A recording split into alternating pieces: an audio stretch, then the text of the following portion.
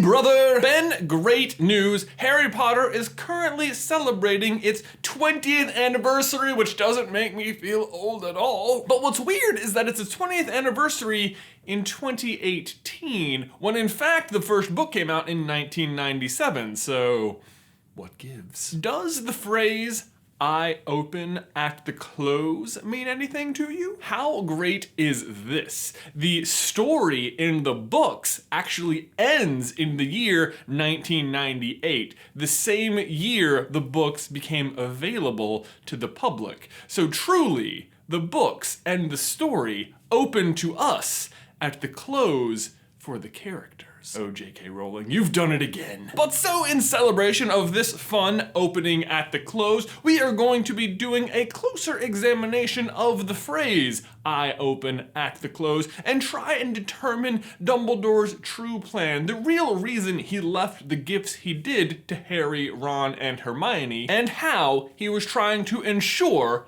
Harry died.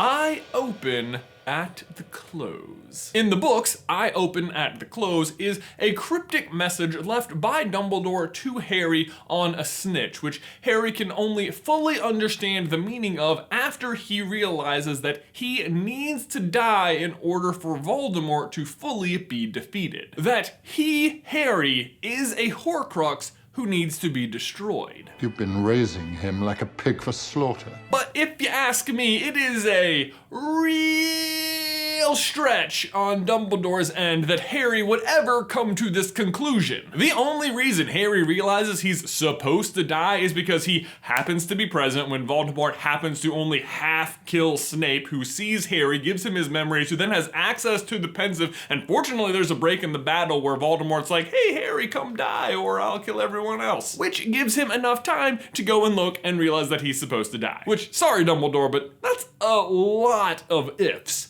Too many ifs, if you ask me. There's just no way he could have been counting on Harry to get in touch with Snape, or even vice versa. In fact, there's evidence that this is not what he intends to happen. He literally sends Snape to Harry to give him the sword, but not to reveal this information to him. But come on, that was the perfect opportunity. You need Harry to die. Why wouldn't you have him tell him this then? And that's the real question, isn't it? Because obviously the way Harry actually finds out he's supposed to die isn't the way Dumbledore intended. And yet, he definitely needs Harry to figure it out. It is crucial. If the Horcrux doesn't die, Voldemort keeps living. The good news is that Dumbledore actually did leave clues for Harry, Ron, and Hermione to figure this out. But honestly, they don't even really make that much sense. At least not for the mission they think they're on. Like, nothing he leaves them helps them destroy Horcruxes. The only bit of help they get in that department is that the will includes the sword, which helps them realize they need it to destroy the Horcruxes. But then Hermione reasons out that Dumbledore knew they would have gone through his will and not given them the sword anyway.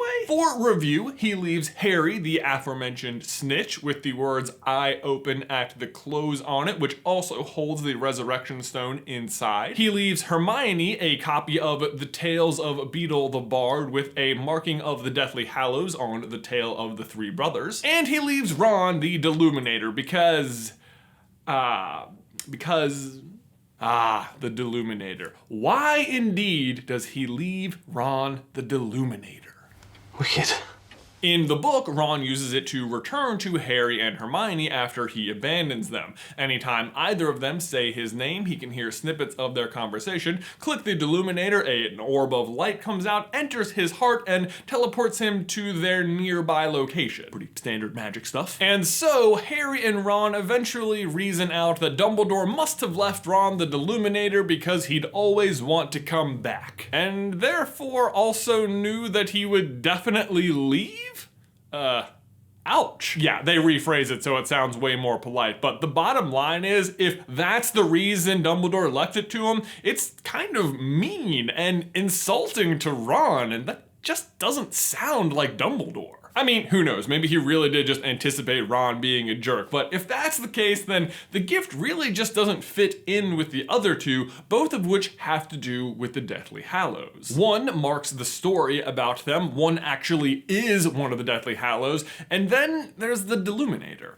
How does it fit in? And to answer that, I think we first need to examine how the Deluminator works, which we get a clue from on the epitaph for Ariana and Kendra Dumbledore's grave. Where your treasure is, there will your heart be also. Actually, for the full explanation of how he created it and what end he intended to use it for, you can click on the card. The point is, that is how Ron uses it in the book. After he abandons Harry and Hermione and recovers from the Horcrux, he wants nothing more than to return to them. And because that's what his heart wants, the Deluminator leads him back to them. Dumbledore must have assumed Ron would be with Harry and Hermione, right? So that couldn't have been the intended use for it, but then he must have wanted it to transport them somewhere, but where? And keep in mind, he specifically leaves the Deluminator to Ron, so wherever he wants it to take them, it has to be somewhere Ron specifically would treasure. Right? And guess what? Dumbledore knows exactly what Ron's heart desires because he knows what Ron saw in the mirror of Erised. That's me! Hello, good.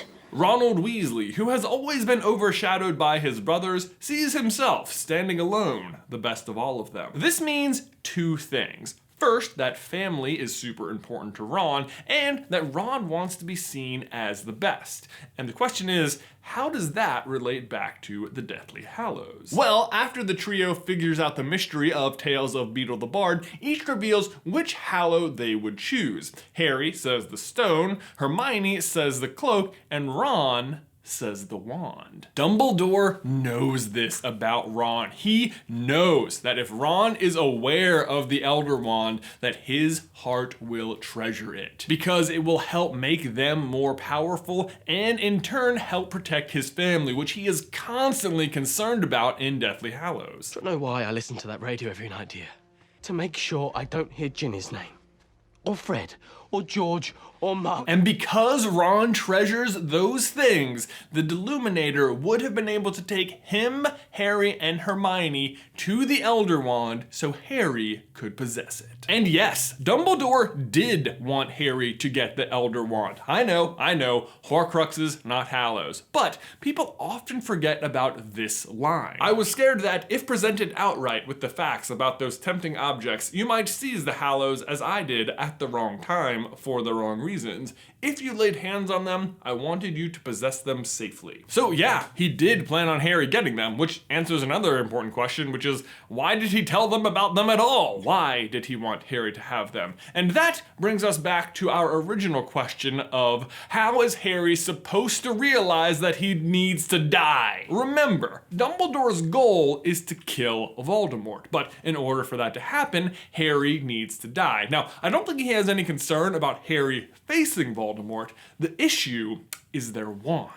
Because there's no way for Harry and Voldemort to face off without their respective twin cores protecting each side of the battle. And Dumbledore knows this because of what happened in the graveyard during Goblet of Fire. But he also has a guess as to what would happen if either of them used any other wand. He explains this guess to Harry when Harry asks him how his wand was able to produce golden flames. So Dumbledore's dilemma becomes, how do I get Harry to use a different wand? He also says he knew Voldemort would go for the Elder Wand and that he planned for Snape to be the master upon his death, which didn't go right. But either way, if Voldemort has it, it's not going to matter if Harry uses his Holly Wand. The exact same thing is going to happen. If Voldemort has the Elder Wand and Harry has the Holly Wand, Harry's just going to produce more golden flames. He's going to win again, which is great for Harry, except then he doesn't die, so the Horcrux lives on, and so does Voldemort. Fortunately, there is an elegant answer, which is,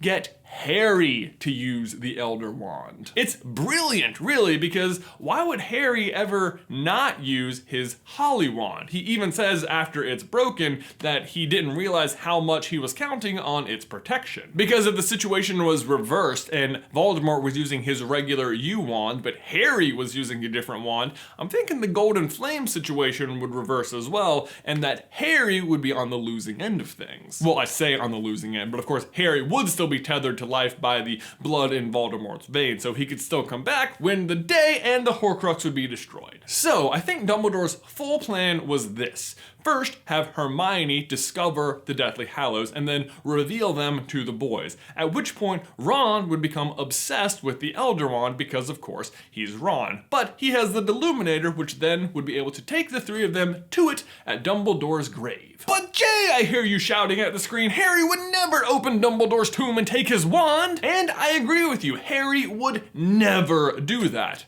Unless maybe Dumbledore gave him permission to do so? What if he was leading them there the whole time? He gives Hermione the book, which explains the Deathly Hallows to them. He gives Ron the Deluminator, which takes them to the final one. And he gives Harry what? A snitch with a message on it that says, I open at the close. I open at the close. The initial interpretation of this is that the I is referring to the snitch, that I, the snitch, open at the close. But who wrote the note on the snitch? Dumbledore. He's not saying I, the snitch, open at the close. Well, actually, he is saying that too because that does happen. But there's a double meaning. He's also saying I, author of this riddle, Dumbledore, I, Dumbledore, my tomb opens at the close, at the end of your journey. Again, let me remind you, he tells Harry at King's Cross, I wanted you to possess them safely. He wanted Harry to have them and knew where the wand was going to be buried, so he must have intended for this to happen. And of course he'd know that Harry would never do this unless he left him a note giving him permission. Oh, it's just so perfect. I love the whole idea. I don't even imagine it as like Harry taking the wand from him. Imagine it more like this. It's literally Dumbledore handing him the wand from beyond the grave. Even the Deluminator being the thing that takes them there, because like he's buried at Hogwarts, but you can't apparate inside of Hogwarts. But you know what? I'm betting the Deluminator doesn't count as apparition. I'm betting it could have gotten him there. And I hear you arguing that that's not how the Deluminator works. Harry and Hermione had to say his name, and I agree. I think that's how it would have to work with humans, because humans can move around, so the Deluminator had nothing to target on. But I think if it was just like a specific thing sitting in a place, it would have just been able to take them to it. Harry would have ended up with a wand, he still would have fought Voldemort, Voldemort would have killed him, the Horcrux would have died, Harry still would have come back, and he still would have won the day. And Dumbledore may have even intended for Harry to realize that all of that was going to happen had he been able to actually unite all three Hallows at the same time. I mean, he had the Resurrection Stone too. Dumbledore might have been able to come back and physically explain everything. It just all adds up so perfectly that Dumbledore would have had a plan in place that didn't involve Harry seeing Snape's memory, which is of course something he never could have planned on. It's great for us, the reader, that we get to learn Snape's backstory, but it just couldn't have been a part of Dumbledore's plan. This makes sense as his actual plan. Oh God, I just love Harry Potter so much. Ben, my question for you and everybody else is, what do you think was this Dumbledore's initial plan to make sure that Harry died but still defeated Voldemort? Let me know your thoughts in the towel section down below. These socks are amazing! And a special thanks to these patrons who support Super Carlin Brothers on Patreon.